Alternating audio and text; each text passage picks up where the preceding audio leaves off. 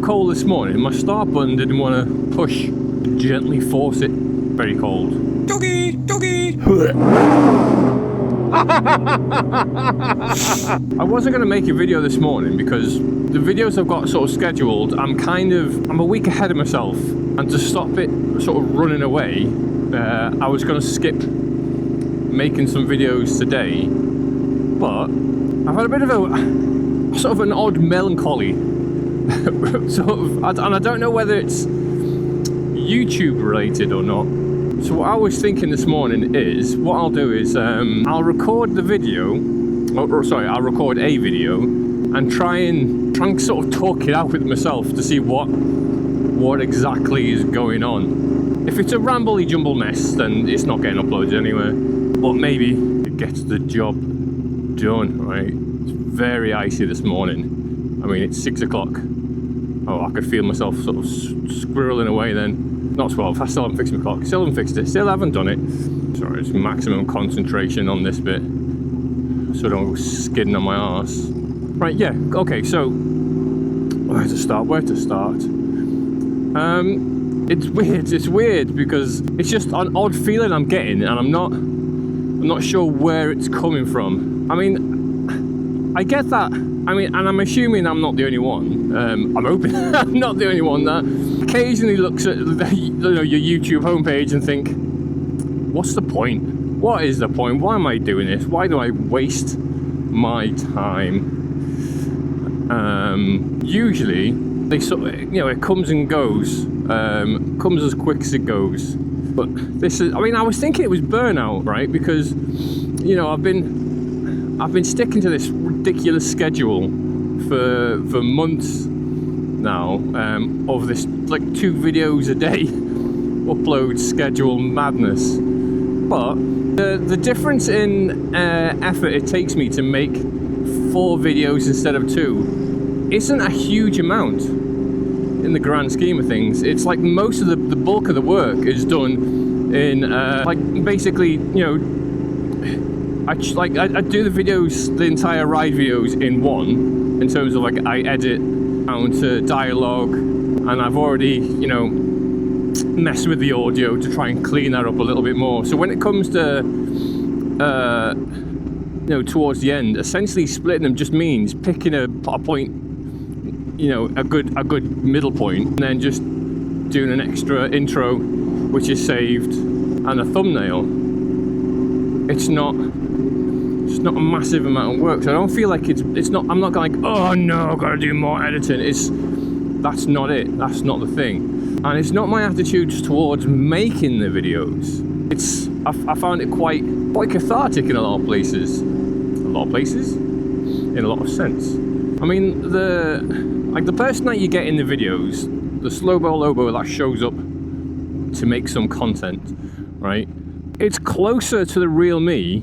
If anything, the person in the morning, I mean, I've been up since 4 o'clock a.m., not on a sort of like late night bender. Yeah, so I've been up since 4, so I'm quite tired, and I get ready for a day at work. So my morning videos tend to be a little bit more subdued than the mania that comes on at 3 p.m. when I leave work, full of caffeine and sugar. So it's close to the morning ride is me, but a little bit more subdued, and then the evening ride is me, but dialed up a notch due to heavy stimulants. The difference is it's that middle bit. It's the bit of me in work. I think that's the sticking point for context. When I was a young teenage lad growing up in Liverpool, in Bootle, I was a bit of a loose cannon. I mean, not a criminal, not like in a gang or anything like that. Although my adherence to the law of the land was quite loose, to say the least. Most of the stuff I did I thought was funny, and I just didn't really care too much on how it was seen. So when I joined the army, and roll it back a bit, right? A lot of my friends, things weren't exactly, looking up in terms of prospects for a young lad from Bootle. That's not to say I was like, I did well at school, did well enough, and like home life in general wasn't exactly amazing since my dad was an arsehole. So getting away to the army was just a good idea at the time. In hindsight, it was probably the best decision I've ever made, because I think if I'd been allowed to continue on my own, under my own sort of guidance, I very likely would have self-destructed. Considering that how I tended to just flaunt whatever bloody rules I wanted in the army, and they're kind of keen about you following rules. I can't imagine what I would have been like with no one breathing down my neck at all. But that being said, someone may have used the term social hand grenade, especially when drunk. I mean, I have done a lot of stupid things, usually fueled by alcohol, not always. And when I left, I was finding out quickly that the kind of attitude I had to like rules and stuff, and the fact that the army had kind of instilled a I don't care about you, you're just a civvy attitude. I kind of had to start to really sort of tone down my personality. The big one at the time was swearing. Oh God, it's why I've recently made the decision to try and sort of knock it on the head a little bit, because it was starting to become rampant. Like literally, I think I showed my wife like the start of one video, and the amount of swear words within the first 20 seconds was unreal. I mean, obviously I cut that bit out, but I can't cut them all. I couldn't cut them all out. So I was like, yeah, I need to do something about this, because I'll say the wrong thing in the wrong situation, which is essentially what I kept doing when I was trying to get jobs. I was just saying the wrong thing to the wrong people. These are the people like managers and people who were supposed to be above me, in the workplace, and I just looked at them like they were pieces of crap. I was like, mate, there's no stripes on your arm. I don't care what you say. I'll do what I want. But I mean, I haven't. God, it's almost 20 years, I think, since I was in the army, and for those 20 years, I kind of essentially split my persona to the person I was, at home, and then the person in work. And it slowly became in my house versus everywhere else. So the second I'd leave the house, essentially like the mask goes on. That mask being like, I just generally don't really talk to people often. I have a habit of getting loud, and as my wife has had fun pointing out to me in the past, that like if I find something surprisingly funny, I have a horrifically loud laugh. It's kind of hard to explain. It's not like I start going like Jimmy Carr or something like that, but it's just very loud. I try and essentially, I mean, especially during COVID and stuff like that, when people were, like in the office a lot less. There'd be like a week or so, like where maybe the most I'd say every day was hi. Like I'd go to work, I'd say hi, and then I'd put my headphones in, I'd work. 8 hours later, I'd go home, and I'd rinse and repeat for weeks on end until eventually someone starts a conversation about something that I don't think is entirely boring, and I may join in, may or may not. And ever since I started moto vlogging, so roughly it would be maybe like March, April last year, when I started to make videos where I'm talking a lot more, I'm doing this a lot more, chatting away, having a chin wag. And I'd be doing that. I'd be leaving my house, I'd jump on the bike, I'd start talking, I'd pull up to work, take my helmet off, I'd put the mask on. 8 hours later, the mask off, helmet on, back on the bike, chatting away.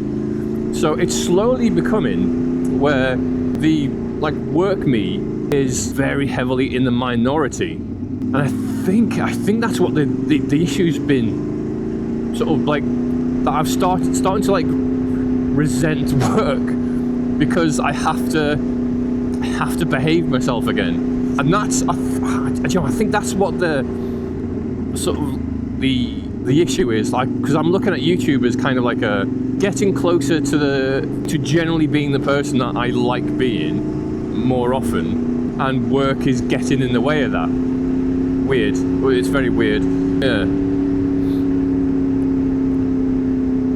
I mean, obviously the obvious choice is to be like this in work, but it's just not feasible. I mean, I work in like an office environment, and like I said, people aren't, like the people I work with, they're not, you know, shrinking violets. It's you know, it's in Liverpool city centre. People do swear, obviously. It's just they don't make jokes about the Honda jizz or the goings on in toilets. The kind of thing that would probably get me up in front of HR again. So maybe the key is, problem, isn't it? That's the problem, is that I'm thinking if I try and start being a little bit more myself in work, chances of me putting my foot in my mouth raise quite a lot. Maybe just recognizing what the issue is enough. Ugh. The people at work barely know anything about me in general. I mean, they obviously don't know about like YouTube or anything to do with that. No one does really, with the exception of, well, obviously people that watch the videos and my wife. And I think again that's kind of like sort of an imposter feeling still. I mean, I don't know if or when that'll ever go away. Well, I'm not gonna risk filtering in this kind of weather. It's very icy, slippery and wet. So I'll be a good boy and wait with the rest of the peasants. Yeah. I mean, I've got no problems with the term like moto vlogger. I mean, that's just essentially what this is. But the term like calling myself a YouTuber, nah, doesn't really fit. Doesn't really feel like it fits either. I thought once like certain milestones were hit, that I might think, oh yeah, I'm a YouTuber. Yeah, I do YouTube, mate. I do it, rough. But I mean, even after I've done away, like I say, done away, we've got past all the whole, you know, 1,000 and basically everything that you need to get monetized and all that kind of stuff. Yeah, still don't really feel it. I mean, especially since like my outlook on YouTube has changed quite a lot. I mean, I originally started doing this in order to save some space on my hard drive. Basically, I was recording videos anyway. I say I was recording like my rides anyway. No, just in case something were to happen. Then I'd store the videos for like a month until my hard drive got full. I'd wipe it, start again. And it sort of, I thought, well, I may as well use the YouTube storage capacity since it was free to upload. And obviously from there started to chat. I mean, I still got no aspirations of chasing a YouTube money dream or any of that kind of garbage. But you know what I have enjoyed, actually, is when I started essentially like promoting and linking other people that do motor vlogs, especially people that I've watched and enjoyed for a while. You know, and all the other people that have started doing it since. I don't know why. It just feels good. You know, instead of me trying to climb the YouTube ladder, wherever, by stepping on other people, you know, I realise my climb has been so far has been, you know, quicker than average. Is to try and like bring as many people with me. Does that sound like I'm a prick? It sounds like I'm a prick, doesn't it? Like I'm benevolently. I mean, I know I make those jokes about me quite often, but yeah, it feels quite nice to sort of, you know, try and help other people, especially the ones that have, you know, inspired, you know, chat and make their own content as well, to try and like raise them up higher than a mountain. So yeah, I think that's the problem. It's like I feel like an odd imposter in too many places, and it's just making me feel uncomfortable a lot of the time. So where it's even got to the point where I'm like, I'm hiding YouTube, the YouTube me, from other people. So essentially, like, I'm starting to try and split myself into 3. It's not just work me and not work me. It's work me, motovlog, like sort of YouTuber me, and then like the other one, the other fella. Yeah, and I wonder if I can. There's something I can, you know, I can do to sort of bridge the gap. I don't really want to be talking about YouTube stuff in work, because God knows if anyone watches it and then compares it, essentially, even like compares my mildest video to the guy that's been working there for years, it's gonna make me look like I'm a psychopath or a schizophrenic or whatever, like, or is it like extra personality or something? And to be fair, I don't want to have to deal with, oh, I saw what you said about such and such. I mean, I don't think I've ever really talked about work specifically in terms of names of people and stuff like that. But obviously, I've talked about the stupid stuff I've said at work. Yeah, but I want to keep that separate.